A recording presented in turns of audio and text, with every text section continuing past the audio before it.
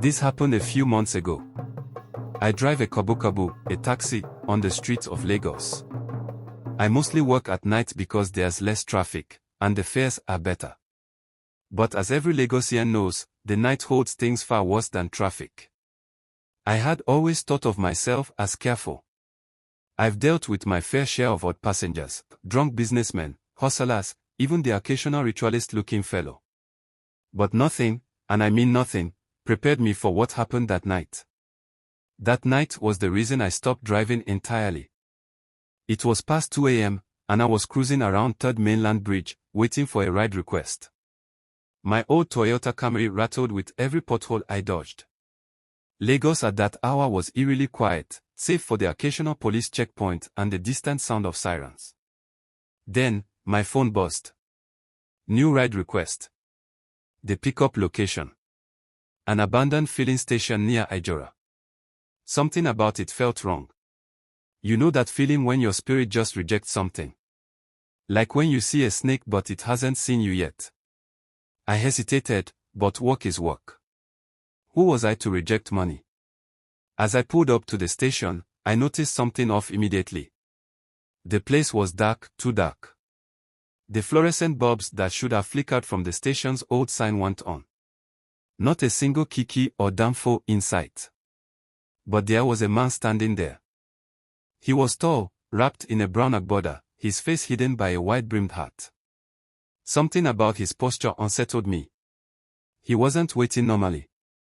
He stood too still, as if frozen in time. I slowed down, my fingers hovering over the cancel ride button. But before I could, he turned. His eyes were too white, like the kind of white that reflected light in the dark. He didn't blink. I swallowed hard. Every part of me screamed, "Drive away," but instead, I unlocked the doors. The man slid into the back seat without a sound. He didn't greet me. Didn't say a word. Fine. Maybe he was just another weird Lagosian. I started the trip. I tried to ignore him. Most passengers either scrolled through their phones or stared out the window. But not him. He just sat perfectly still, staring directly at me through the rearview mirror. His agbada didn't move, not even when the breeze from the open window hit him. Something about that made my stomach tighten. To break the silence, I turned on the radio. Afrobeats filled the car. The second the music started, his voice cut through the air. Turn it off. I almost swerved off the road. His voice was deep, like the sound of an old radio playing from under the ground. I turned off the music immediately. My hands were shaking on the steering wheel. The silence returned, but now it felt heavier. Then, he finally spoke again. Do you know what happens to cab drivers who pick up the wrong passenger? I forced out a dry chuckle. Oh, Oga, I hope say no joke you dey joke, I said, trying to keep my voice steady. He didn't reply. He just smiled. The kind of smile that doesn't belong on a human face. I used to be a driver too, he muttered. A long time ago. Something about the way he said it unnerved me. You know, I once picked up a passenger like you did tonight, he continued, his voice almost playful. I swallowed. And do you know what that passenger did to me?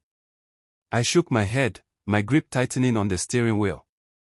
The man leaned forward, close enough that I could feel his breath against my neck. He never let me go. My blood ran cold. I slammed on the brakes, my car skidding to a stop in the middle of the empty road. Oga, I think you should come down. My voice was barely above a whisper. His smile widened. But we haven't reached my stop yet. I turned to look at him properly for the first time. And that was my mistake. The moment I laid eyes on him, I understood. His agbada wasn't touching the seat. His feet weren't touching the floor. And his face, oh God. His face was mine. Not similar. Not close. It was my exact reflection. I was looking at myself. My chest tightened. My breath came in shallow gasps. Somehow, I managed to unlock the doors. Get out, I whispered. He just smiled. And then, as if he were never there, he vanished. The car was empty. But my rearview mirror. My reflection was still smiling back at me. I never completed that trip. I didn't even check the app to see if it had ended. I drove straight home, abandoned the car, and locked myself inside. For weeks, I refused to drive at night. I barely slept. And then, one night, I saw it. A news article. It was about an old kabu driver who had disappeared years ago. His last ride was from an abandoned filling station in Nigeria. His body was never found. And his name. It was my name. Since that night, my reflection has never been the same. Sometimes, when I look into the mirror, it lingers a little too long after I turn away. Sometimes, it smiles first. If you ever drive in Lagos at night, be careful who you pick up. Some passengers never leave.